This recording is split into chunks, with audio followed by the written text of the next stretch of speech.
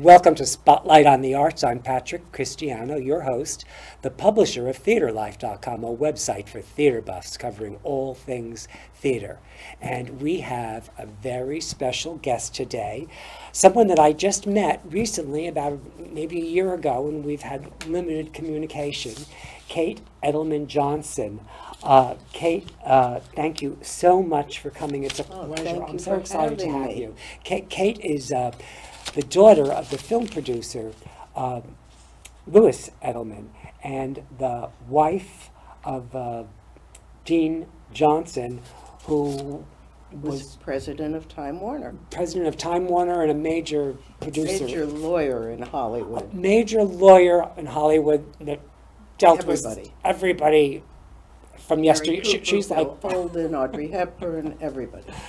Kate is movie royalty, I think, in a way. You referred to yourself as a, how did you say it? Hollywood brat. I never think of you. But unlike a lot of them, I loved it. I was so cherished and so honored to be the daughter of my dad, who was a very brilliant man, and my mother was like Auntie Mame. So the house was always filled with everybody he was working with.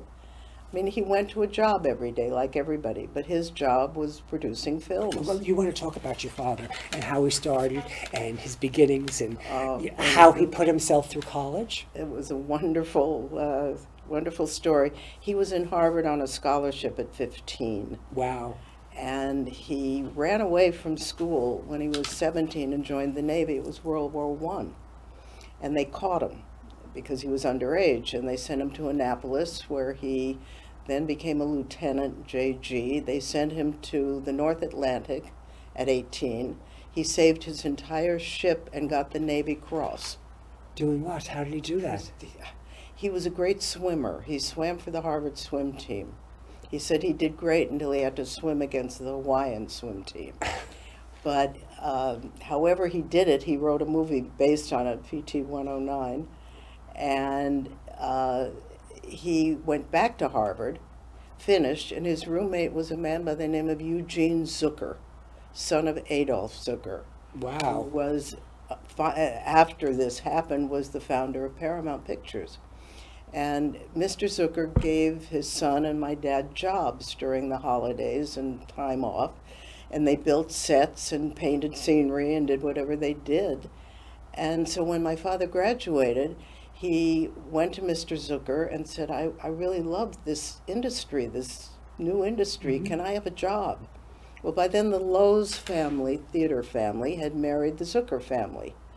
And so they gave my father a job selling film, or showing the films, and they gave him the territory of the Blue Ridge Mountains and the Appalachian Mountains.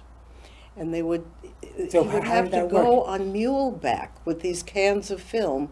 And then sell them to the people? I mean, he had to pitch them? They weren't going to just get them? The main office knew where the films were going to be shown, but this was rural America. And he would go on muleback. You have an idea what year it was? You have an idea of the year? Probably 1925. Wow. And so these were silent films. Yeah. And they would run the films in the funeral homes because they had the chairs. And he finally got very, he said, I've had enough of this. The McCoys and the Hatfields were still fighting across the street. And he used to lie on the floor and he would pack sardines and saltines so he could get out. And so they finally transferred him to Washington, Virginia, Maryland, and the White House.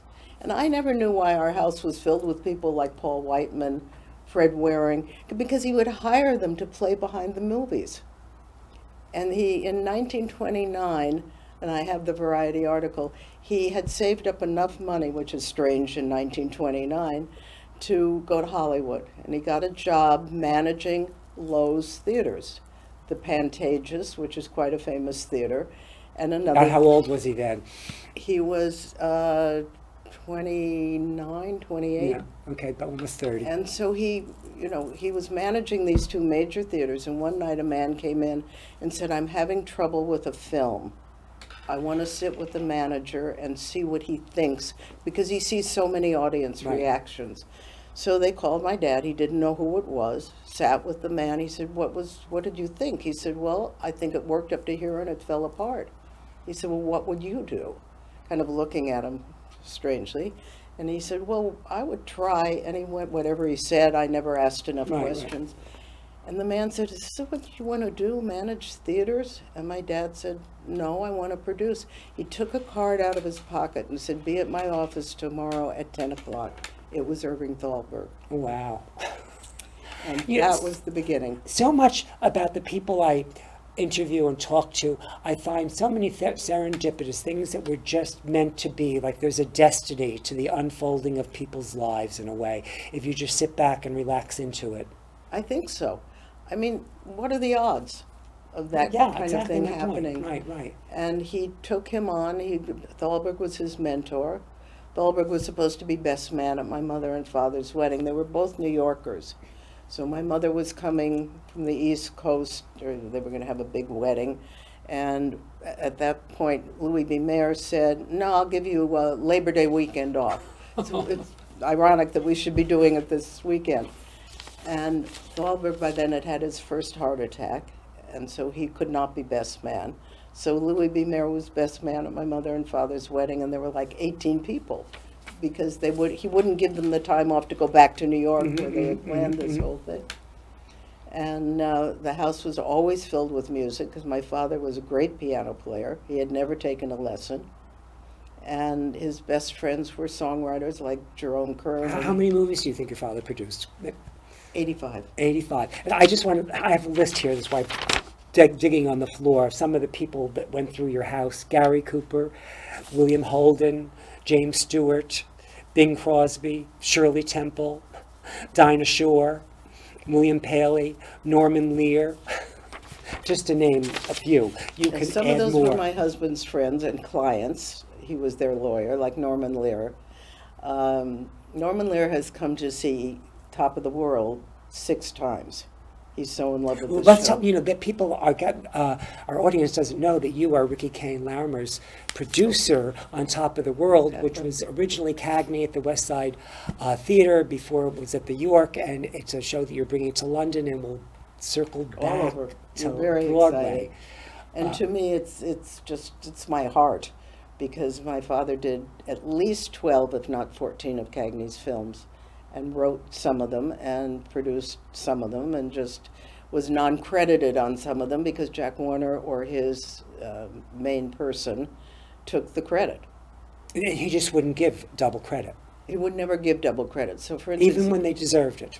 on White Heat, my father saw a newsreel with an oil tanker blowing up, and he worked backwards, and he wrote the outline.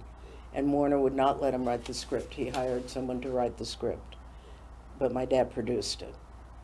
And they had this wonderful relationship. Cagney sat with my dad while I was being born, as the story goes, and Wow. then went out and adopted 2 children. So, and this White Heat moment that's featured in your in Top of the World too, isn't it? Yes. It is. So we have a clip from it. Oh, I'd That love to Warner see it. Brothers was so gracious because you kind of Well, got them. I've worked with Warner Brothers a lot, and Julie Heath, who's the head of clips and licensing, said she would do this for us. So I'm delighted to hear that you got it. Well, I'm so thankful. I haven't yet seen it. So John, let's see the clip from White Heat.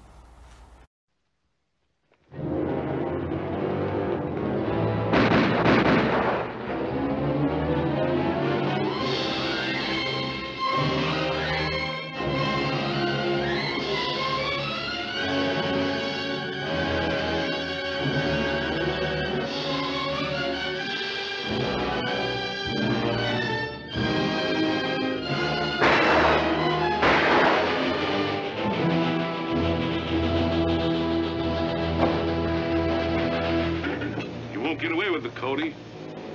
Cody, huh? You got a good memory for names. Too good. How do you like that, boys? A copper. And I was going to split 50-50 with a copper.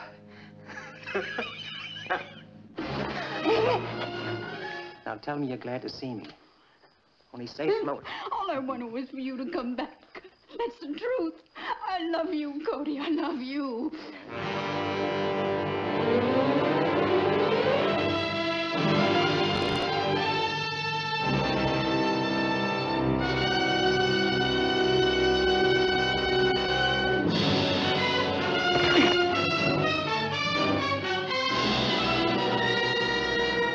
I look good in a mink coat, honey.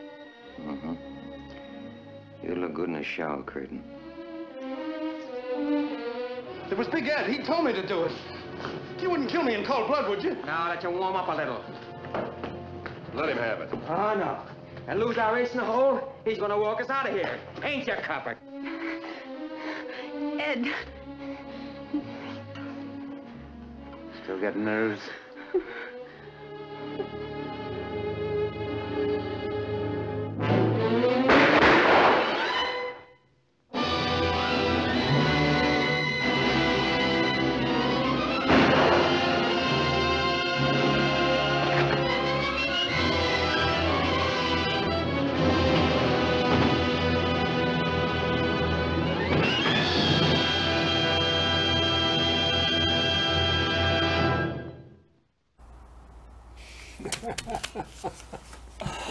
My father's favorite movie star, so I have seen every Cagney movie too growing up. Oh, my Lord.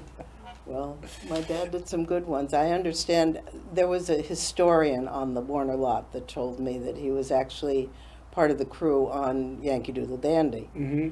But again, no credit. But, you know, many other ones, Public Enemy. My father created the term G-men because government men he thought was too big for a marquee, for a theater marquee. Oh, how clever. And it stuck. It's that's a long time ago too, right? It was a very long time ago. Now, this conflict, because here we have Cagney playing a gangster, you know, which is the opposite, which we really wanted to do, and which was in his bones. He was a song and dance man, and that's what he really wanted to. Absolutely. So your musical, your Top of the World, kind of delves into that conflict. It does delve into the conflict, and it also shows Warner to be what he really was. Barbara Warner, his daughter, came to see the show in New York, and I understand Bobby Creighton said, "I'm just so sorry, I hope we didn't do your father an injustice." She said, "You didn't make him mean enough." And he would open everybody's mail. When my father's father died, he came on the set and said, "Lou, I'm so sorry your father just died." Had the telegram open. No. Nobody's mail was private, nothing. He would say, "Whose name's on the water tank?" Because there's a big water tank on top of the studio. How old was he when he died? Do you know, Warner? Warner?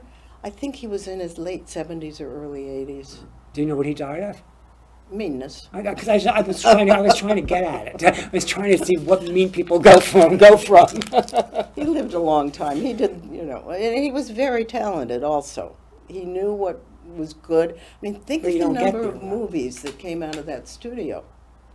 But my dad started with Cagney on a movie I think called Varsity Show that was really early on.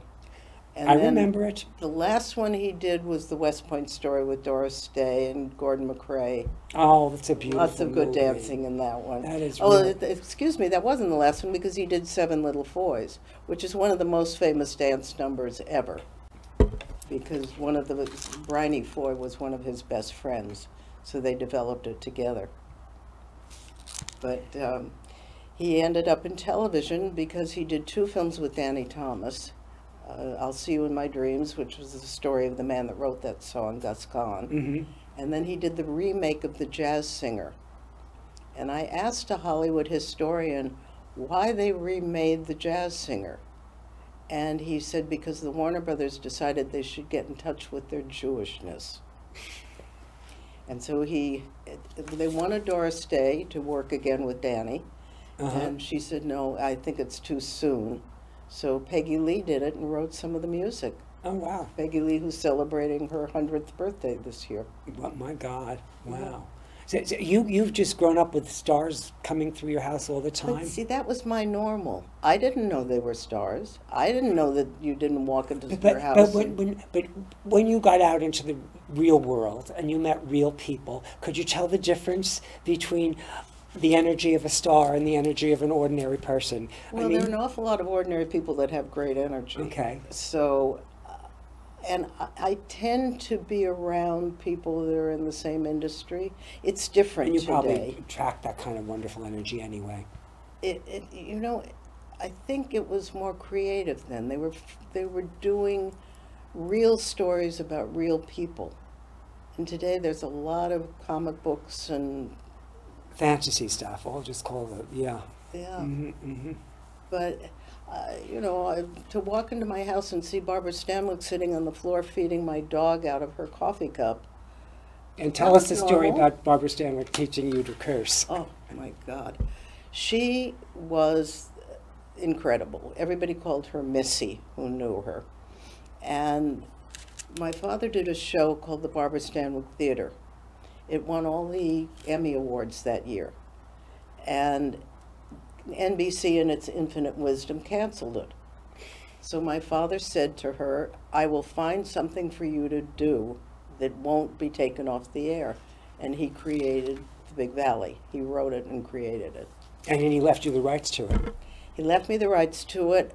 They reverted. They are now at Disney. Mm-hmm. And we're hoping that they're coming back to us very soon. But Barbara Stanwyck, I think, is one of the finest film actresses of all time. Totally agree. People don't realize how she makes every moment so real. And funny. She's just got so many Funny. colors. I can't believe how fast the time goes. But we have about 10 minutes, and I don't remember how long these clips are. But one of the things that you were also left with the rights to Streetcar Named Desire, which your father co-produced. No, my husband. Your husband, I'm sorry, your husband co-produced. It was Charlie Feldman. Yes. And he left me his share, and he had Charlie Feldman leave his share to the Motion Picture and Television Fund.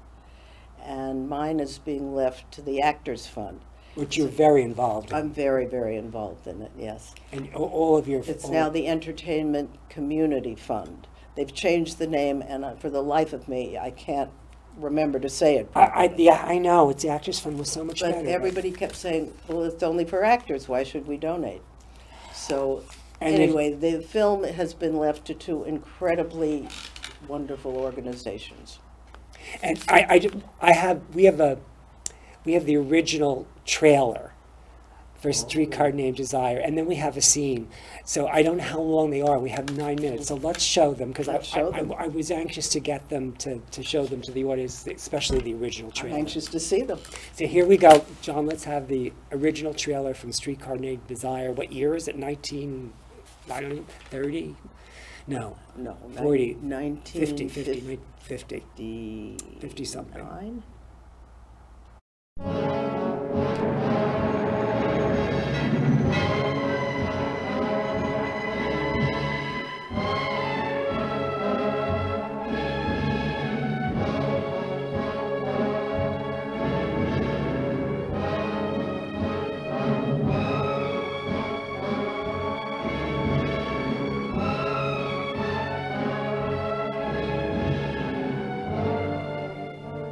Won the Pulitzer Prize, the Critics' Award, the most revealing play ever written.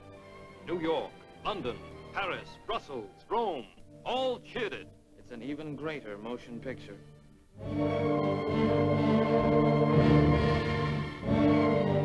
This is the story of a woman, Blanche Dubois, who wanted so much to stay a lady. A vivid, vibrant, exciting story, because every searching chapter was written by men. Men who taught her to trust and to hope, to love and to hate. The youth who brought remembrance of yesterday. The man who was willing to take her out of the dark alleys of New Orleans. The brute who lied and cheated, who promised everything, gave nothing. Don't you ever talk that way to me. Disgusting, vulgar, greasy. And who do you think you are, a couple of queens or something? Could it be you and me, Blanche? what does it cost for seeing furs like that? But these are tribute from an admirer of mine. Well, he must have had a lot of admiration. Lies! Lies inside and out! All lies! Never inside. I never lied in my heart.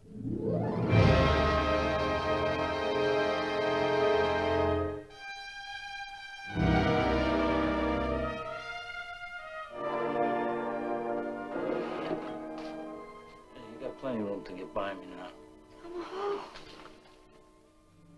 You think I'm going to interfere with you? Marry me, Mitch. I don't think I want to marry anymore. No, you're not clean enough to bring in a house with mud. Oh, is it?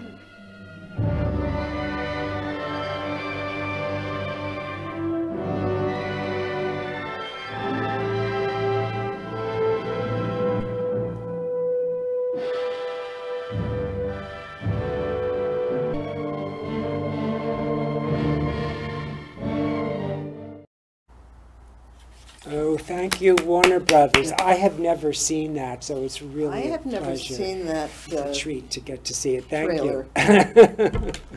Well, it's a wonderful Oh, film. it's fabulous. I love the play. I love Tennessee Williams. This was an incredible movie. All the performances were The two, the Actors Fund and the Motion Picture and Television Fund, I've arranged to do a screening and have people talk about it and so forth on the Warner lot in the spring, so that people know that this can be done, where you can leave a piece of property to one of those two great organizations.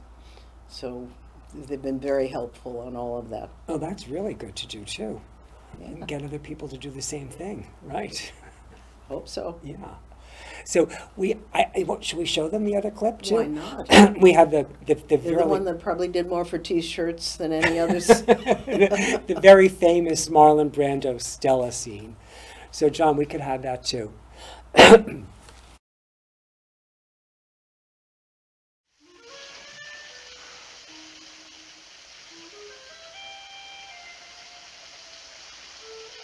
Stella.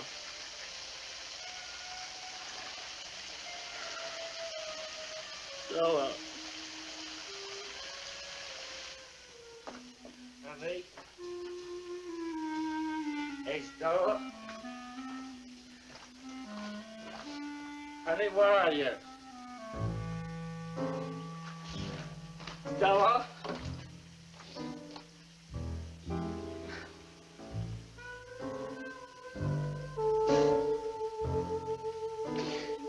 Hey, baby.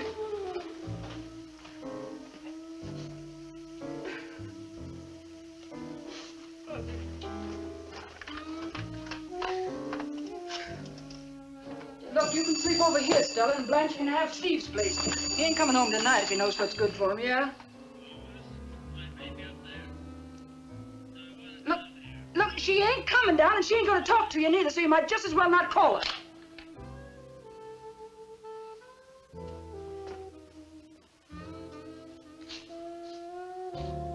Hey, Stella! You put that howling down there and go to bed. Joyce, I want my clothes down here! You shut up! You're gonna get the law on Hey, you. Stella! You can't beat on a woman and then call her back, 'cause she ain't gonna come. You're gonna have a baby. Listen, I Joyce. hope they haul you in and turn a file Joyce, on you like I they want done the my last clothes time. down here! You stinker!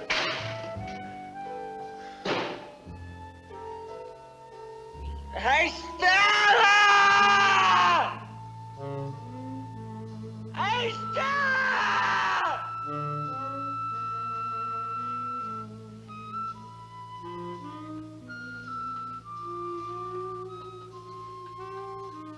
I wouldn't mix in this.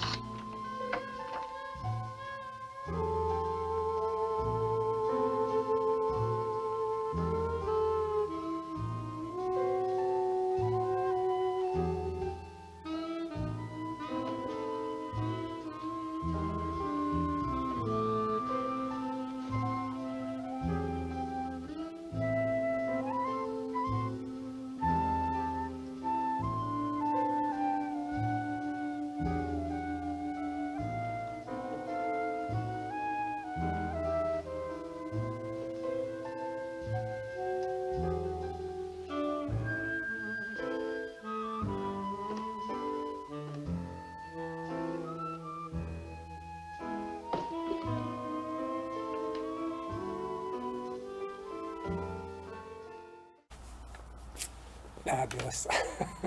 It is. It's one of the best, one of the finest movies of all time. I think so. Yeah, one of the top 10 for sure. Mm-hmm. Yeah. I am so lucky to have been associated with the two men that were the most important in my life, with the talent and the kindness. You know, that's the important thing. But to get to play on the studio back lots too, and to I go got into to those. as a kid. And then I started working for my father when I was 12, answering Hugh O'Brien's fan mail on Wyatt Earp. And did you actually write the letters yourself? I did. He I did. didn't. There were postcards. But he didn't consult you. You just wrote whatever you wanted. You know what? I just mostly signed them, I think, Okay. if I remember correctly. And I think I got the amazing amount of $25 a week. There was no nepotism in my family. When it came to paychecks, anyway. I got, well, yeah, but, you know, I can't say it was a lot. But, and then I started doing synopses for Danny Thomas on that show, because that was the first show Danny and my dad created together. So, yeah, did you get to meet Marlo too?